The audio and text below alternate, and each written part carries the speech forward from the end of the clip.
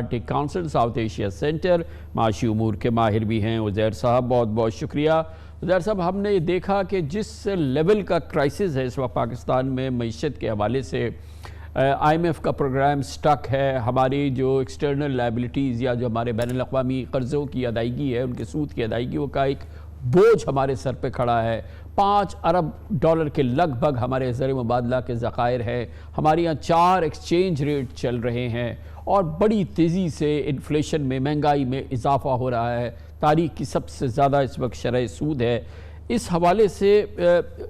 جو بنیادی قدم ہم سمجھ سکتے ہیں وہ یہ کہ آئی ایم ایف کو کسی صورت سے ہم منا لیں اور آئی ایم ایف کا پروگرام بحال ہو جائے، اس کی بھی کوئی خبر نظر نہیں آ رہی۔ آپ جہاں واشنگٹن میں ہیں وہاں مجھے معلوم ہے کہ ابھی چھٹیوں کا سمہ ہے، کوئی آثار ہے کہ پاکستان اور آئی ایم ایف کے درمیان کسی قسم کی کوئی پیش رفت ہو پائے، یا اس میں کوئی آپ کو اس کی کوئی صورتحال نظر نہیں آ رہی؟ دیکھیں، پیش رفت ہونے کی جو فارمولا ہے وہ تو پبلک میں ڈسکلوز ہو چکا ہے کہ آئی ایم ایف کن چیزوں پہ پش کر رہا ہے حکومت کو۔ یہ جو نیشنل سیکیورٹی کمیٹی کا اعلامیہ آیا ہے کامران صاحب، یہ پڑھ کے تو مجھے اور زیادہ حیرانی ہوئی، کیونکہ اگر یہ اعلامیہ میں آئی ایم ایف کی نظر سے پڑھوں تو مجھے نہیں لگتا کہ حکومت پاکستان اور وزیر خزانہ جو ایک بار میں اس کو دہرا دیتا ہوں عزیر صاحب، اس کو میں دہرا دیتا ہوں، کیونکہ بہرحال اس پر بڑا کینلی ہم فالو کر رہے تھے کہ کیا اعلامیہ آتا ہے، کیا چیز آتی ہے، کیا نئی چیز آتی ہے جس سے پاکستان کو یہ اتنی بڑی لیڈرشپ میٹنگ ہوئی ہے 2 دن کی کہ اس سے کوئی نتیجہ نکلے۔ اور اس میں جو معیشت کے حوالے سے ہے اس میں کہا گیا ہے کہ فورم نے پاکستان کے عام لوگوں بالخصوص کم اور متوسط آمدنی والے طبقے کو درپیش چیلنجز کے حوالے سے جاری معاشی صورتحال کا جائزہ لیا۔ اچھا جی، جائزہ لیا۔ وزیر خزانہ نے فورم کو حکومت کے معاشی استحکام کے روڈ میپ کے بارے میں بتایا، جس میں بین الاقوامی مالیاتی اداروں یعنی کہ I M F, World Bank, A D B, ان کے ساتھ بات چیت کی صورتحال بیان کی، باہمی مفادات پر مبنی دیگر مالیاتی راستے تلاش کرنے کے ساتھ، یعنی کہ بائی لیٹرل، کیونکہ ڈار صاحب ایک وعدہ کر چکے تھے جس کو گزرے ہوئے بھی 4 دن ہو گئے کہ سعودی عرب سے کچھ ہمیں ملنے والا ہے، تو انہوں نے کہا کہ باہمی مفادات پر مبنی دیگر مالیاتی راستے تلاش کرنے کے ساتھ ساتھ عام لوگوں کے ریلیف کے اقدامات شامل ہیں۔ اگر ہمارے پاس کچھ نہیں ہے تو ریلیف کہاں سے آئے گا؟ معیشت کو مضبوط بنانے کے لیے کمیٹی نے ٹھوس اقدامات اٹھانے پر اتفاق کیا۔ وہ ٹھوس کیا ہیں؟ برآمدات کو معقول بنایا جائے گا، تو اس سے پہلے کیا منع تھا کہ معقول بنایا جائے؟ غیر قانونی کرنسی کے اخراج اور حوالے کے کاروبار کو روکا جائے گا، کہ اس سے پہلے اجازت تھی کہ وہ چلے گا۔ زرعی پیداوار اور مینوفیکچرنگ سیکٹر کو بہتر بنانے پر زور دیا گیا، کہ اس سے پہلے اس پر کوئی قدغن تھی۔ گویا کہ کم از کم ہم اس چیز کو پڑھنے کے بعد جو گریوٹی ہے سچویشن کی، اس کی عکاسی یا اس کا مداوع یا اس کی کوئی ریمیڈی ہمیں نظر نہیں آ رہی ہے۔ بالکل، میں آپ سے 100% اتفاق کرتا ہوں، اور یہ جو آپ نے سوال اٹھایا یہ میرے ذہن میں بھی یہی سوال ہے کہ پہلی بات تو یہ، آپ امپورٹ سبسٹیٹیوشن یا ایگریکلچر آؤٹ پٹ بڑھانے کی بات کرتے ہیں تو بھائی اس میں تو 8 10 12 مہینے لگ جائیں گے آپ کو، حالت تو ابھی گمبھیر ہے۔ تو اتنی بڑی میٹنگ ہوئی، 2 دن میٹنگ رہی، ایڈجرن کی گئی، اس کے بعد پیر کے دن واپس بلائی گئی اور پھر یہ سٹیٹمنٹ ایشو ہوا۔ تو میں تو اس سٹیٹمنٹ سے کوئی کانفیڈنس نہیں لے رہا کامران صاحب اس وقت، کیونکہ اس میں جو بات کی گئی ہے وہ بڑی عجیب سی سرفیس لیول سی بات ہے، جس سے جیسے آپ نے سوال اٹھائے ویسے سوال میرے ذہن میں بھی ہیں، اور ان سوال کا جواب جو ہے وہ وزیر خزانہ کو دینا ہوگا کہ بھائی آپ کیا کریں گے اور آئی ایم ایف سے کس طرح مذاکرات کریں گے، کیونکہ یہ سٹیٹمنٹ پڑھنے کے بعد مجھے تو نہیں لگتا کہ مذاکرات آگے جائیں گے۔ تو اور مذاکرات آگے کیا جانے ہیں؟ انہوں نے تو صاف صاف کہہ دیا نا، مجھے بتائیے گا اگر میں غلط ہوں، کہ یہ کیجئے، یہ کیجئے، یہ کیجئے، یہ کیجئے، یہ 4 چیزیں کر لیجئے، پھر آ کے ہم سے بات کیجئے اور پھر ہم دیکھ لیں گے کہ پروگرام شروع کرنا ہے یا نہیں۔ اور وہ 4 چیزیں کیا ہیں عزیر صاحب؟ اس میں کیا کوئی قباحت یا کوئی ابہام ہے کہ کیا آئی ایم ایف چاہتا کیا ہے؟ نہیں، بڑی کلیئرٹی ہے، اس پہ اتنی رپورٹنگ بات چیت ہو چکی ہے، اینڈ اگین بات ایکشن کرنے کی ہے۔ اب میرا ایکسپیکٹیشن یہ تھی کہ اس میٹنگ کے بعد ایکشن اورینٹڈ پلان ہوگا، لیکن کوئی ایکشن انہوں نے ابھی تک بتایا نہیں ہے۔ موٹی چیز یہ ہے کامران صاحب اور آپ کی آڈینس کے لیے بھی، کہ اس وقت اس ماحول کے اندر عوام کو ریلیف دینے کی آپشن ہے ہی نہیں حکومت پاکستان کے پاس، اور حکومت پاکستان کے اوپر یہ رسپانسبلٹی ہے کہ وہ پاکستانی عوام سے سچ بولیں کہ یہ معاملہ گمبھیر ہے۔ ہم ریلیف نہیں دے سکتے. اگر آپ اس پریس ریلیز میں یا باقی پریس سٹیٹمنٹس میں کہتے رہیں گے کہ جی ہم کسی طرح ریلیف دیں گے, تو پاکستانی عوام سے میرے خیال میں یہ جھوٹ کہنا ہوگا, اور یہ صحیح بات نہیں ہے. حکومت کو چاہیے اگر وہ مسلم فیصلے انہوں نے کرنے ہیں تو ٹرانسپیرنسی کے ساتھ پاکستانی عوام کو کانفیڈنس میں لے کے وہ فیصلے لیں. یہ ٹرکل ڈاؤن ریلیف دینا, پیپل سینٹرک پالیسی کی بات کرنا, یہ بات جچسی نہیں ہے اس وقت, کیونکہ ماحول اور حالات جو ہیں وہ کافی گمبھیر ہیں, اور آئی ایم ایف بڑا کلیئر ہے کہ آپ نے وہی مشکل فیصلے لینے ہوں گے جس سے عوام کو ریلیف نہیں, عوام پہ اور زیادہ بوجھ پڑے گا اس سے.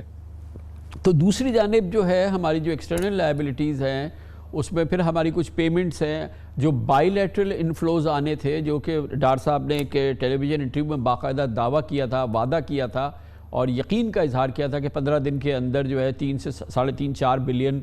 ڈالر آنے والے ہیں. شاید ان کا اشارہ سعودی عرب کی جانب سے, وہ بھی دن گزرے ہوئے ایک ہفتے سے زیادہ عرصہ گزر گیا ہے. کتنی شدید ضرورت ہے اور قلت ہے پاکستان کی اس وقت ریزروز کی, جو کہ ہم اپنی جو ذمہ داریاں ہیں بین الاقوامی قرضوں کی ادائیگیوں کی وہ ہم پوری کر سکیں. اس کی کتنی شدت سے ہمیں ضرورت ہے اور وہ کیا بحران ہے جو کہ ہمیں سامنے نظر آ رہا ہے. بحران تو کافی نظر آ رہا ہے کامران صاحب, اور دیکھیں ڈار صاحب نے جو پالیسیز اپنائی پچھلے 3-4 مہینوں کے اندر, بڑی معذرت کے ساتھ یہ میں کہہ دوں کہ ہم نے جب کرٹیسائز کیا تحریک انصاف کی حکومت کو پیٹرول سبسڈی پہ, تو ڈار صاحب نے جو کام کیا ہے وہ اس سے زیادہ گمبھیر ہے, اور اس کا امپیکٹ یہ جب انوائنڈ ہوگا, ڈار پیک جسے میں کہتا ہوں فکس کی ہوئی ہے کرنسی, اور اس سے جو پرائسنگ ڈسٹورشن آئی ہے مارکیٹ کے اندر, چاہے وہ انرجی سیکٹر ہو, چاہے وہ آپ کی ریگولر امپورٹس ہوں پلسز یا دالیں وغیرہ کی, تو یہ جب انوائنڈ ہوگا, اور یہ کرنا پڑے گا چاہے آپ آئی ایم ایف کی بات مانیں یا نہ مانیں, it is a matter of when not if in terms of when this gets unwind. تو اس کی جب انوائنڈنگ ہوگی تو اس سے مہنگائی کا ایک نیا بحران آئے گا اگلے 3 سے 4 مہینوں کے اندر. اس کی کوئی گنجائش ایسی نہیں ہے کہ پاکستان اس سے باہر نکل سکے, اور یہ ڈار صاحب کی لگائی ہوئی مائن فیلڈ ہے, اور اب اس کا خمیازہ بھی مجھے لگتا ہے پی ایم ایل نون, بالخصوص وہ لوگ پی ایم ایل نون کے اندر جو ڈار صاحب کی بڑی سپورٹ کر رہے تھے کہ جی وہ آئیں گے اور ڈالر 160 روپے کا ہو جائے گا اور دودھ کی ندیاں بہنے لگیں گی, تو وہ مجھے ہوتا نظر نہیں آتا. اور یہ لائبلٹیز کا جو سچویشن ہے یہ بہت ایمننٹ ایشو ہے, ان دا سینس کہ اگر پاکستان کے زر مبادلہ کے ذخائر اسی طرح کم ہوتے رہے تو انرجی کی امپورٹس ہو گئیں, ضروری اشیاء کی جو امپورٹس ہو گئیں اس کی پیمنٹ نہیں ہو سکے گی, اور معیشت کے اندر ایک نیا بحران آئے گا. میں بڑھتا ہوا بحران اور ایک نیا بحران آتا ہوا دیکھ رہا ہوں اس وقت. تو یہ تو every day counts, every week counts, isn't it? ایسی ہی سچویشن ہے گریو. بالکل آئی ایگری, اور انفیکٹ کہ انہوں نے اگر پچھلے 2 مہینے پہلے ڈیسیجنز لینا شروع کر دی ہوتی ہیں اور یہ کرنسی کے ساتھ اور مارکیٹ کے اندر ڈسٹورشن نہ پھیلاتے تو شاید حالات بہتر ہوتے. لیکن اس وقت جہاں تک وہ لے آئے ہیں, اب الیکشن اس سال ہونے ہیں, ماحول گرم ہے, اس کے اندر یہ جو فیصلے ہوں گے, اس سے جو مہنگائی ہوگی, تو میں نہیں سمجھتا کہ مسلم لیگ اس سے سیاسی طور پہ ریکور کر پائے گی, کیونکہ یہ ان کی اپنی غلطیاں ہیں جو پچھلے 3 مہینوں میں انہوں نے کی ہیں. اس کا اب خمیازہ 2023 میں نہ صرف پاکستانی عوام بلکہ مسلم لیگ اور ان کی حکومت کو دینا پڑے گا. تو ایک آپشن ہے جس کی بات کرتے ہیں یہ حکومت کے لوگ کہ ہوتا رہے اور خراب ہوتا رہے تو اس کے بعد ہم ایک فائنینشیل ایمرجنسی لگائیں اور 1 سال کے لیے پھر ہم الیکشن کو ڈیفر کرا دیں کسی صورت سے. مسئلے کا حل ہے آپ کے خیال میں؟ نہیں جی, میرے خیال میں یہ جو بھی تجویز دے رہا ہے بڑی احمقانہ طرح کی تجویز ہے, کیونکہ دیکھیں دنیا کے دوسرے ممالک میں بھی کرائسس آتے ہیں. گریس میں آیا, اپنا سری لنکا میں تو حکومتی کا تختہ الٹ گیا, ارجنٹینا میں ہم دیکھتے ہیں. اگر آپ یہ سمجھتے ہیں کہ فائنینشیل ایمرجنسی لگوا کے کوئی ٹیکنوکریٹ آ کے اس ملک کے فیصلے مشکل کر لیں گے اور وہ سسٹینیبل ہوں گے تو پاکستان کی تاریخ اس نہیں جی, وہ نہیں, ٹیکنوکریٹس کی تو بات ہی نہیں کرتے, وہ کسی صورت میں نہیں. وہ کہتے ہیں ہم خود رہیں, یعنی کہ یہ 6-8 مہینے گزارے اور پھر فائنینشیل ایمرجنسی لگائے, پھر 1 سال اور رہے ہیں, ڈار صاحب ہی رہے ہیں. تو دیکھیں وہ پھر کریٹو کانسٹیٹیوشنل راستہ اگر وہ نکالنا چاہتے ہیں اس ملک کے اندر تو یہی کھلواڑ ہوتا رہا ہے آئین کے ساتھ. تو ایک نئی کھیل کھیلنے کی تیاری اگر کی جا رہی ہے تو ہم اپنی تاریخ سے ہی دیکھ سکتے ہیں کہ جب بھی پاکستان کی تاریخ میں آئین کے ساتھ کھیلا گیا, کوئی نئی کریٹو طرح سے کوئی نظریہ ضرورت یا ایسی کوئی چیز نکالی گئی تو اس کا نقصان ہی ہوا ہے, کوئی فائدہ نہیں ہوا. اس وقت ضرورت یہ ہے کہ وزیر خزانہ صاحب نے جو ارریشنل پالیسی اپنائی ہوئی ہے وہ اسے ابینڈن کریں, مشکل فیصلے لیں, وہ ریشنل پالیسی اپنائیں جو دنیا بھر میں چلتی ہے. یہ کہنا کہ پاکستان بڑا یونیک ملک ہے تو ہم وہ نہیں کرتے جو دنیا بھر بھر میں ہوتا ہے. اسی وجہ سے یہ حال ہوا ہے, اور جب تک ڈار صاحب اور ان کی ٹیم اس بات پہ انسسٹ کرتی رہے گی کہ ہم جو ہے مشکل فیصلے بھی نہ لیں, ارریشنل پالیسی بھی اپناتے رہیں, دنیا میں جو پالیسی چلتی ہے وہ ہم نہ چلائیں کیونکہ ہم بڑے یونیک سے ملک ہیں, تو اس میں نقصان ہی ہوگا, فائدہ تو مجھے ہوتا ہوا نظر نہیں آ رہا.